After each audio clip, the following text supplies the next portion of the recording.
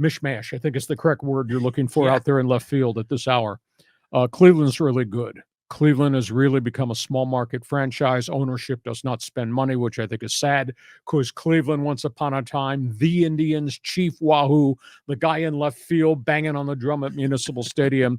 Cleveland Indian baseball at one point was a pretty good regional franchise. Have made it small market just because of the Jacobs family and the way they run the franchise. That being said, really good pitching, good farm system, surprise team a year ago to have a good season. Start with Shane Bieber. He's the last of the crop of young pitchers they initially brought up.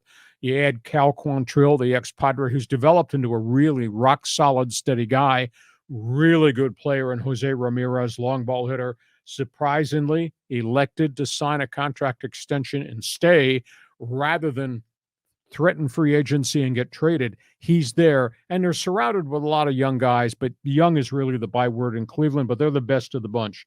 Minnesota's got a lot of injuries. Twins have worked hard to fix the franchise in the aftermath of the Pollard organization, the way they operated it. Minnesota's developed a bunch of good young players. They've traded some players away. It's a little bit of a unique roster. They've got some veterans that they've signed on short deals, try to complement some of their young guys. I think Minnesota's good if they can stay healthy on the mound. They did make a trade, and I salute them for it. They traded one of their bats, Luis Herrera's, to Miami to get Pablo Lopez. Lopez is a pretty steady pitcher at the front end of that Twins rotation.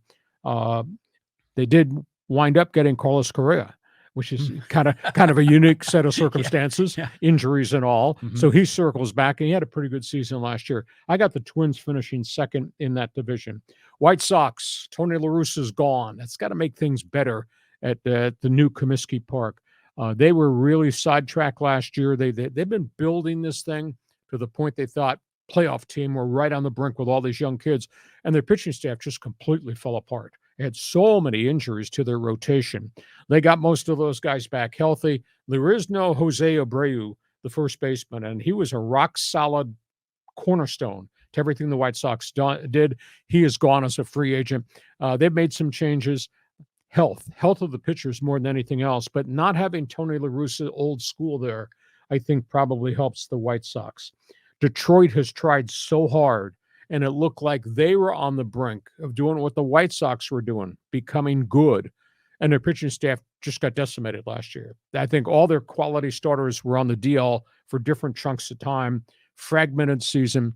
I think they're a little bit disappointed in Spencer Torkelson, the first-round draft pick, who they thought by now would be a power hitter in the American League, and he's just not shown any consistency at all. So Detroit is farther back in the pack.